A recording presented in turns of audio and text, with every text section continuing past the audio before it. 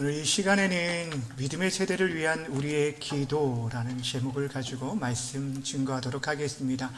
우리 제목을 함께 따라하겠습니다. 믿음의 세대를 위한 우리의 기도.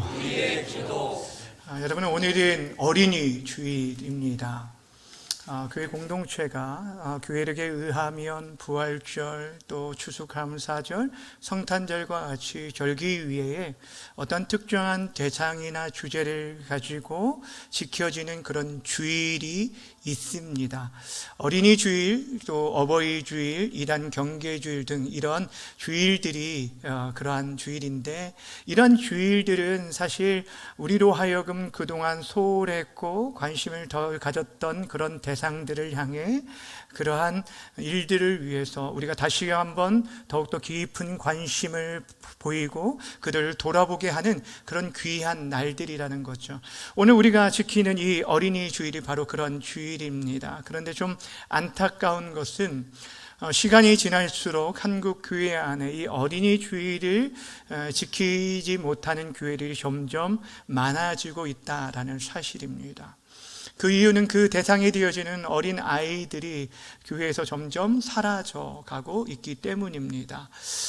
이에 대해서는 사실 저희 교회에도 그렇게 자유롭지 못한 그런 상황에 있기에 사실 앞에 서 있는 저 또한 굉장히 무거운 부담감과 책임감과 또 무거운 짐을 가지고 있는 것도 사실입니다. 주일학교 아이들이 지금 줄어들고 있는 것은 어제 오늘만의 이야기는 아니죠.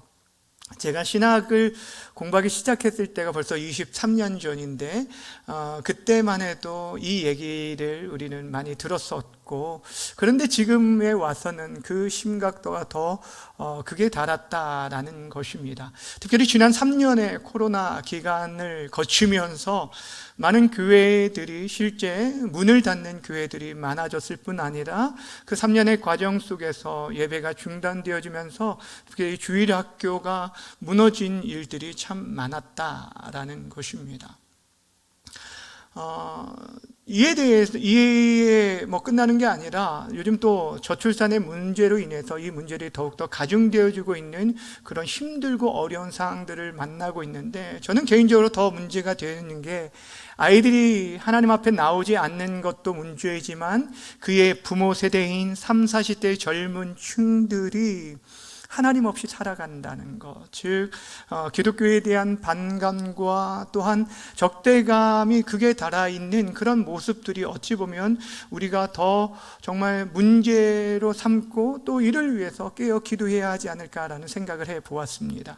무엇을 말씀드리려고 하냐면, 지금 이 시대 한국교회 주일학교가 큰 위기 가운데 서 있다라는 것입니다. 그런 시대에 저와 여러분들이, 또 어른 세대, 먼저 믿음의 세대들인 저와 여러분들이 무엇을 해야 하고 우리가 할 수 있는 일이 과연 무엇일까를 고민해 보아야 한다라는 거예요.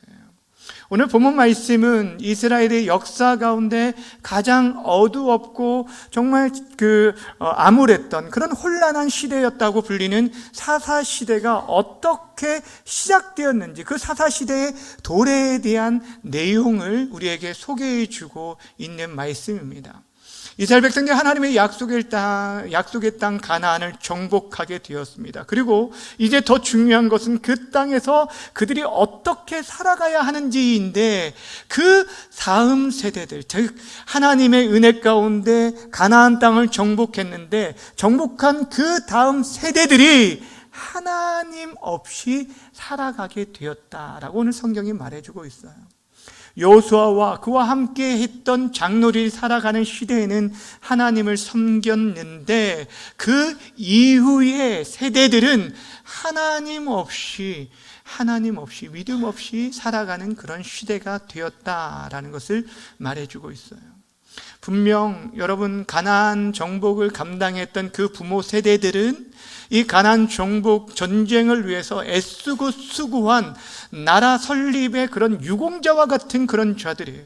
그들은 이 가나안 전복 전쟁을 통해서 그의 후손들에게, 그의 자녀들에게 좀 더 안정되고 평안한 그런 세상을 그들에게 허락하기 위해서 애쓰고 수고했을 것입니다. 그런데 그런 과정 속에서 그들이 정말 중요한 것들을 놓치고 말았다는 거예요. 그것이 무엇입니까? 바로 여호와 경외하는 그 신앙을 물려주지 못했다라는 것입니다.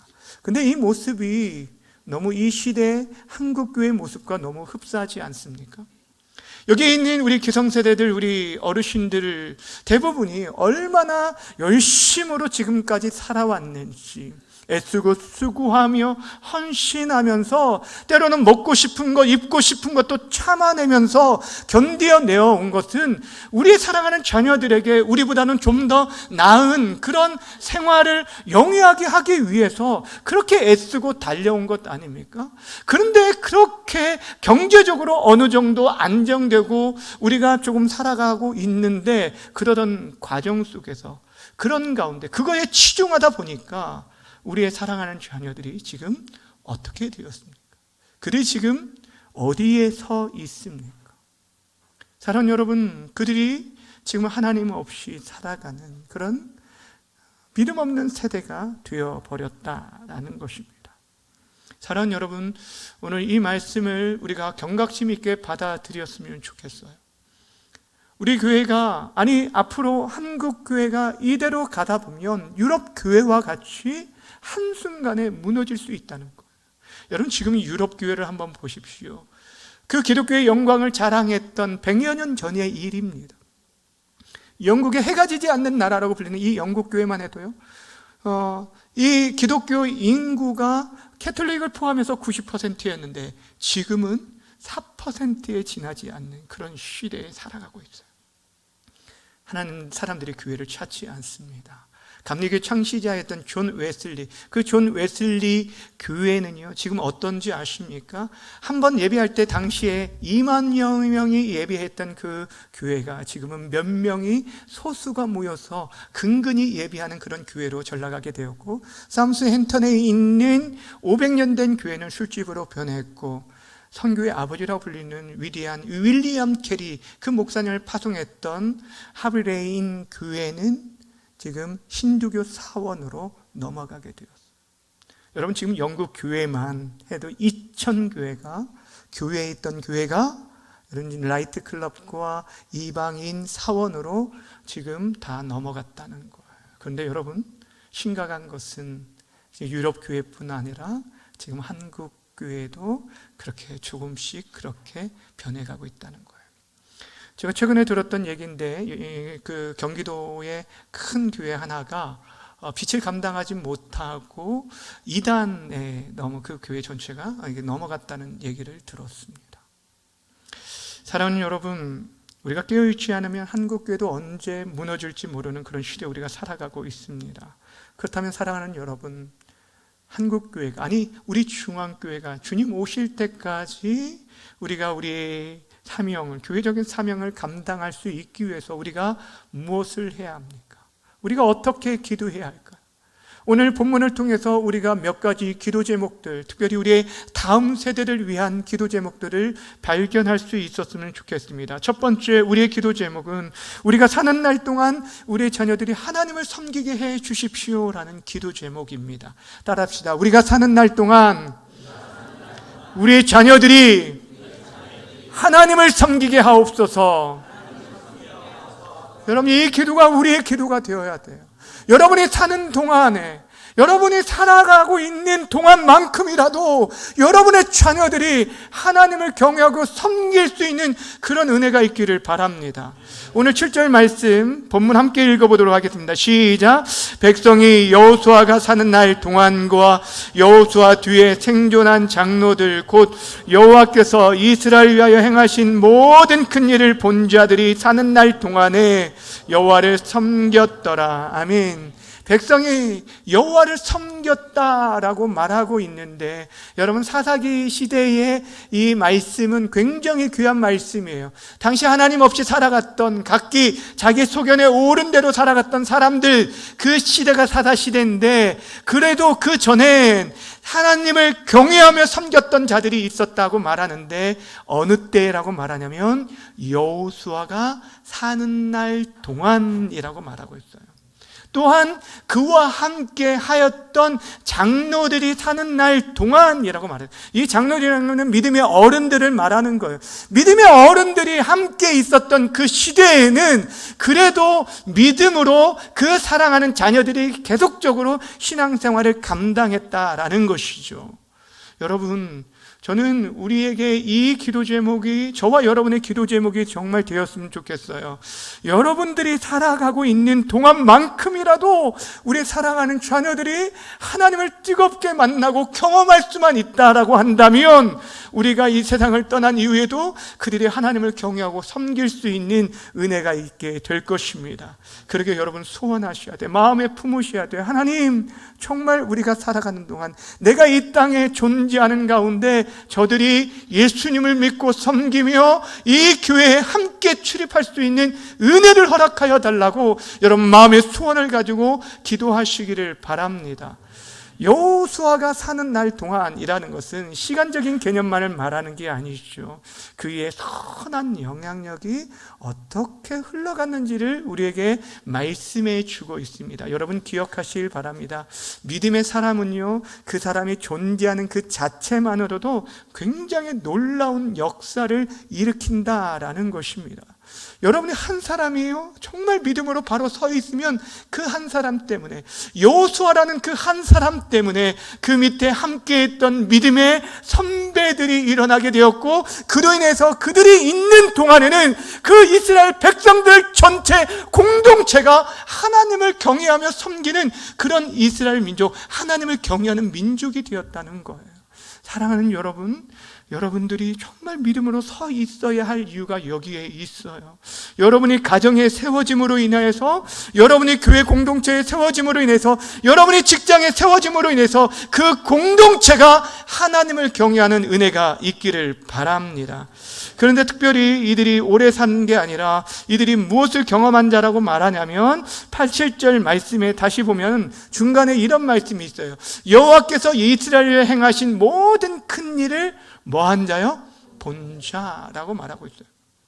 무엇입니까? 하나님의 일하심의 역사들을요, 그들은 온몸으로 경험했어요. 눈으로, 귀로 하나님의 음성을 듣고 보고 온몸으로 경험한 자들이었다라는 거예요. 사랑하는 여러분, 여러분은 하나님의 은혜를 경험한 적이 있습니까? 그 은혜를 맛본 적이 있으십니까? 내가 맛보지 않았는데 어떻게 다른 사람에게 말할 수 있겠습니까?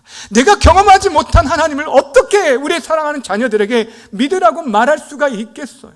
내가 사랑하지 않은 하나님을 어떻게 사랑하라고 가르칠 수 있냐는 거예요.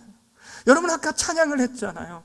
내 일평생의 소원이 내 구주 예수를 더욱 사랑한다라고 말했는데, 여러분은 정말 이전보다 지금 예수님을 처음 믿는 것보다 지금 더 하나님 사랑하고 있습니까? 저는 죄송한 얘기지만 저는 제 중심 가운데 정말 하나님을 처음 만났을 때보다 그렇지 못할 때가 너무너무 많아요. 제가 목사인데도 불구하고 하나님을 처음 만났을 때, 하나님을 나라를 위해서 헌신하겠다고 마음먹었을 때, 그래서 신학교에 들어갔을 때, 그리고 신학교에 나오고 목회하는 과정 속에 오히려 그 마음을 잃어버릴 때가 많았어요. 근데 사랑하는 여러분, 그럼에도 불구하고 다시금 그 은혜 가운데 거하려고, 그 은혜, 받은 은혜, 만난 음성이 있었기 때문에, 들은 음성이 있고 그분을 보았기 때문에 그렇게 다시금 일어나고 그렇게 나아갈 수 있는 거예요. 전에 사랑하는 여러분, 여러분 주님을 깊이 만나시기를 바랍니다. 여러분들이 경험을 해야 돼요. 여러분들이 먼저 만나야 돼요. 그래서 우리에게 필요한 두 번째 기도 제목이 무엇이냐면, 하나님, 내가 먼저 하나님을 깊이 만나되 하나님의 신실한 종이 되게 해 주옵소서라고 기도해야 한다라는 것입니다. 오늘 본문 8절과 9절 말씀 함께 보겠습니다. 8절과 9절 말씀 함께 보겠습니다. 시작. 여호와의 종 눈의 아들 여호수아가 110세의 죽음에 무리가 그의 기업의 경내 에브라임 산지 가스산 북쪽 딥낫 헤레스에 장사하였고. 아멘. 여러분, 우리들이 하나님을 경외하며 섬기며 또 우리의 다음 세대들이 우리들이 사는 동안 정말 믿음의 길을 걷기 위해서면 우리들이 먼저 믿음의 사람들이 되어야 하고, 우리들이 어떤 사람 되냐면 여호와의 신실한 종이 되어야 합니다. 오늘 여호수아의 죽음에 대해서 그의 나이와 죽은 나이와 또 장사 지낸 곳을 설명하고 있는데, 특별히 오늘 여호수아에 대해서 성경 기자가 뭐라고 그를 소개하냐면 여호와의 종이라고 말하고 있어요. 여러분, 여호와의 종이라고 불릴 정도로 그는 하나님 앞에서 신실한 충성된 자였다는 것을 말해주고 있습니다. 그는 늘 그의 삶 속에서 어떤 모습을 보였냐면 자신이 주인이 누구인지를 바로 알고 그 주인의 뜻을 따라 순종하며 살았기에 누가 보더라도 야, 저 사람 정말 하나님의 종이었어, 하나님의 사람이었어 라고 지금 그렇게 불리게 되었다는 거예요. 여러분 지금 어떻게 불리고 있고 어떻게 불리기를 원하십니까? 여러분, 교회에서는 우리가 목사요, 장로로 또 권사로 그런 직분으로 불리게 되는데 그 직분 자체가 우리 신앙을 대변해 주는 것은 결코 아니지요. 여러분이 정말 믿지 않는 사람들이 볼 때에도 아니 여러분의 자녀들이 정직하게 여러분을 볼 때 우리 엄마 아빠는 정말 신실한 하나님의 사람이야, 하나님 정말 뜨겁게 사랑하는 사람이야 라고 정말 여러분 그런 말을 듣고 살아가고 계십니까? 저는 우리 성도들이 저에 대해서 어떻게 말하는지 이것도 중요할 수 있겠지만 제 마음 가운데 소원이 하나 있어요. 무엇이냐면 저희 자녀들, 새 자녀들 앞에서 부끄럽지 않는 목사가 되자, 부끄럽지 않는 아빠가 되자. 내가 목회하는 가운데 있어서 정직하고 진실하고 거룩함을 놓지 말자. 왜냐하면 저희 자녀들을 위해서라도 이 세 명, 이 아이들, 나에게 맡겨진 이 아이들을 위해서라도 그렇게 살자라고 저는 제 마음 가운데 소원하고 기도하고 있어요. 사랑하는 여러분, 우리가 부족합니다. 우리가 연약합니다. 그러나 하나님, 우리가 만난 하나님을 우리 사랑하는 자녀들이 만날 수 있게 은혜를 더해 달라고, 우리들이 경험한 하나님을 우리 사랑하는 자녀들이 만날 수 있게 해달라고, 그 아름다운 통로로 우리를 사용해 달라고 그렇게 기도했으면 좋겠습니다. 사랑하는 여러분, 우리 주변에 우리 이 한국교회 그래도 그렇게 믿음의 선배들, 그렇게 하나님의 사람으로 불렸던 하나님의 사람들이 얼마나 많이 있었습니까? 여러분, 사랑의 원자탄이라고 불리는 손양원 목사님, 자신의 두 아들을 죽인 그 사람을 자신의 양자로 삼으며 품었던 그리스도의 그 십자가의 사랑을 실천했던 목사님이 계셨고, 죽으면 죽으리라 라는 일사가구의 정신으로 여러분 일제의 신사참배에 반대하면서 끝까지 믿음을 지켰던 주기철 목사님, 그런 분들 믿음의 흔적을 남기고 우리에게 남겨주었기 때문에 그런 일제 강점기 속에서도 우리가 믿음을 지키고 이 한국교회가 여기까지 온 것 아닙니까? 사랑하는 여러분, 그런 믿음을 우리들이 보여야 한다는 거예요. 제가 지금도 이제 생생하게 기억하는 게 있는데, 신대원에 신학대학원에 처음 들어갔을 때 선배, 대학교 선배 그 기숙사 방에 찾아간 일이 있어요. 근데 그 대문이 아니죠. 그 문 입구에 뭐라고 이렇게 문구가 써 있었냐면 옥하늠처럼 살 수 있을까라는 말이 써 있었어요. 옥하늠처럼 살 수 있을까? 여러분, 옥하늠 목사님은 지금은 소천하신 사랑의 교회 원로 목사님이시죠. 근데 그때 제가 물어봤어요.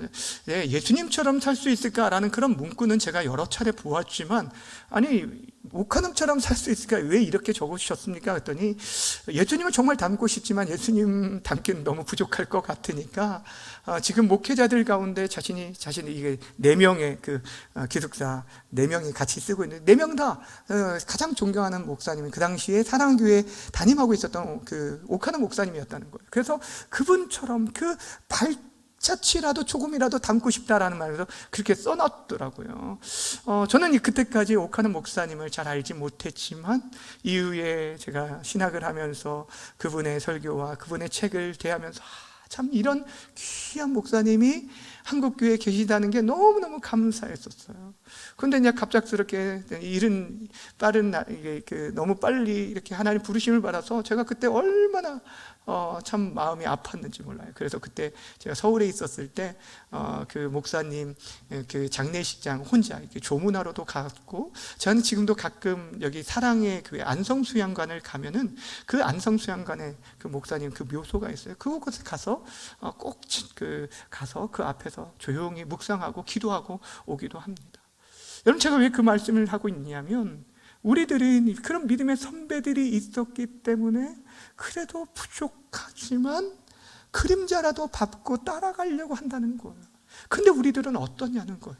우리의 후배들에게, 우리의 자녀들에게 지금 어떤 본을 보이며 어떤 것들을 우리가 남겨주고 있느냐라는 거예요.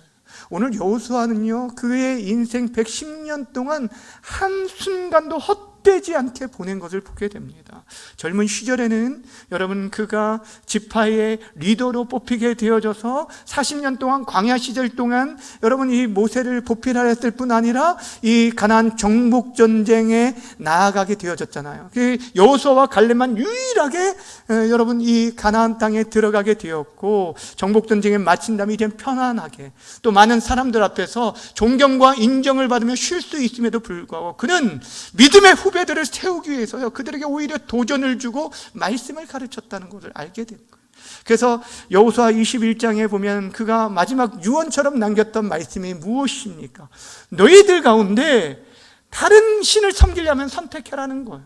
너희들이 떠나려면 떠나라는 거예요. 너희가 진짜 하나님 살아계시지 않는 것처럼 보이면 떠나라는 거예요. 그러나 나와 내 집은 여호와를 끝까지 섬기겠다라고 그렇게 도전하며 선포했어요. 사랑하는 여러분, 여러분 지금 어떠한 선포를 하시고 어떠한 도전을 주고 계십니까? 저와 여러분의 남은 생에 철저히 여호와의 종으로서 살아감으로 말미암아 우리의 삶이 우리 사랑하는 자녀들에게 신앙의 메시지가 되어질 수 있기를 주님의 이름으로 축원합니다. 그런데 안타까운 것은 이렇게 여호수아와 그의 장로들이 살아가는 동안이 지난 다음에 그 이후에 한참 후에 그 일어난 세대들은 여호와를 알지 못한 세대가 되었다고 오늘 성경이 말하고 있어요. 10절 말씀 함께 읽겠습니다. 시작.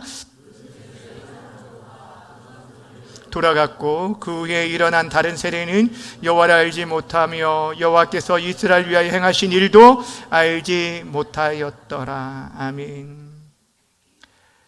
왜 우리가 이 말씀을 주목해야 하냐면, 지금 유럽의 교회가 쇠퇴한 지 1세기도 되지 않았는데 그들이 그렇게 쇠퇴했던 이유는 다른 게 아니라 그들에게 하나님을 바르게 가르치지 않았기 때문이라는 거예요. 이것이 역사학자, 기독교 역사학자들이 말하는 거예요. 주일학교 아이들에게 어느 순간 아이들에게 하나님의 말씀을 가르치지 않았다. 교리를 가르치지, 자유주의 신학의 영향도 있었지만 분명한 것은 하나님의 말씀을 바르게 가르치지 않았다라는 거예요. 근데 오늘 본문에서 우리가 주목해야 할 단어가 있습니다. 무엇이냐면, 여호수아와 그와 함께 했던 믿음의 동역자들이 사는 동안은 그들이 심겼는데 그렇지 않고 나타난 세대를 가리켜 성경이 뭐라고 말하냐면 다른 세대라고 말하고 있다는 거예요. 무슨 세대요?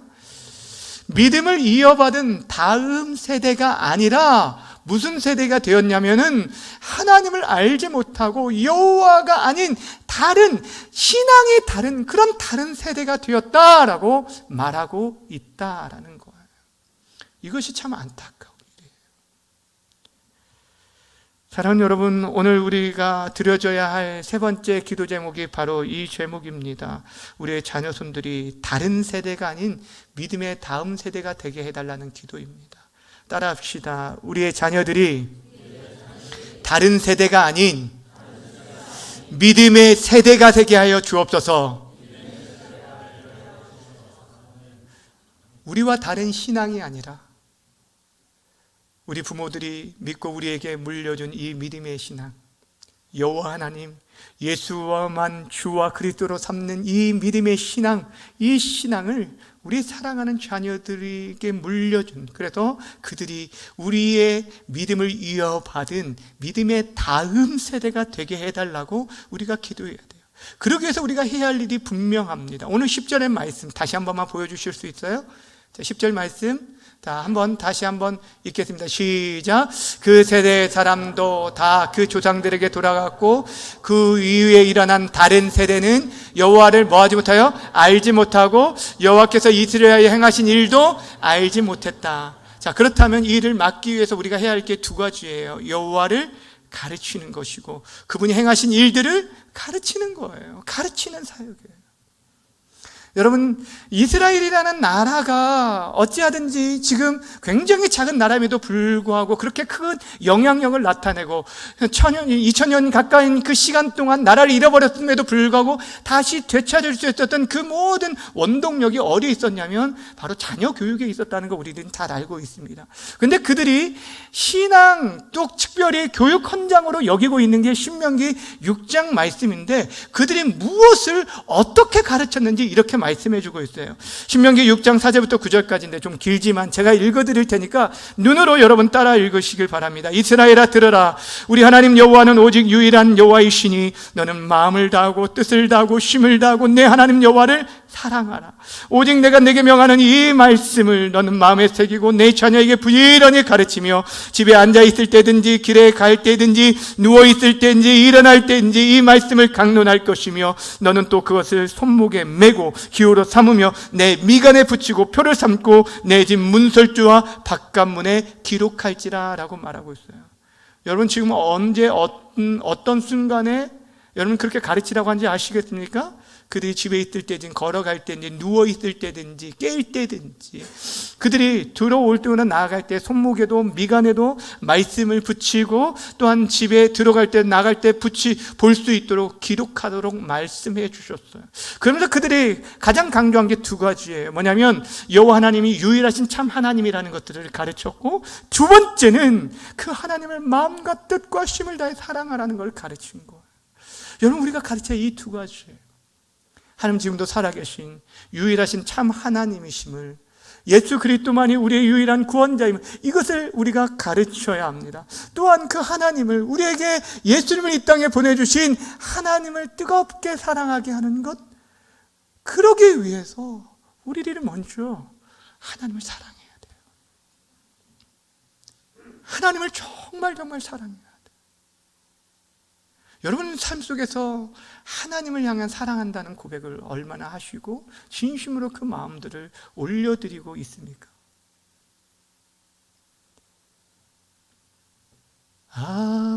아버지 사랑합니다. 아버지 경배합니다. 아버지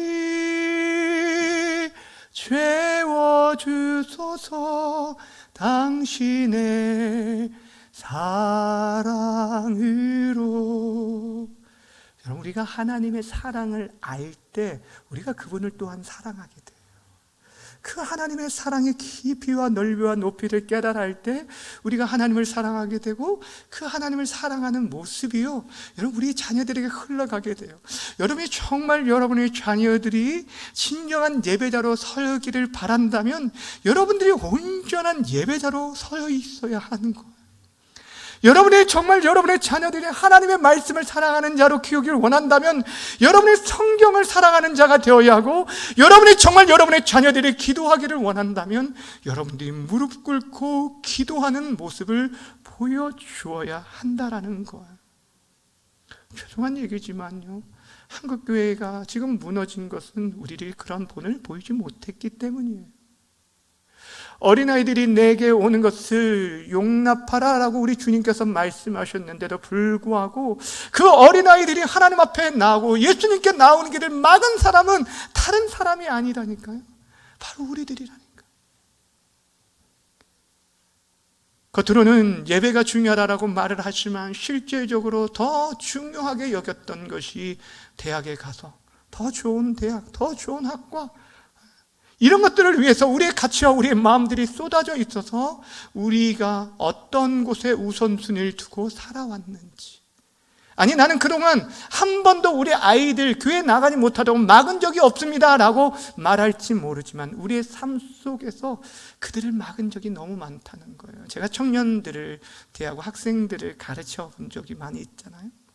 그 아이들 가운데 교회를 떠나는 아이들, 청년들이 이런 얘기를 해요. 부모들이 교회의 장로고 또한 권사인데도 불구하고, 죄송합니다, 그런데도 불구하고 목사의 자녀도 있었어요.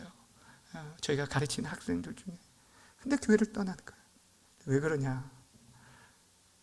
일요일에는 우리 부모가 예수 믿는 것 같은데 평일에는 그렇지 않다라는 거예요.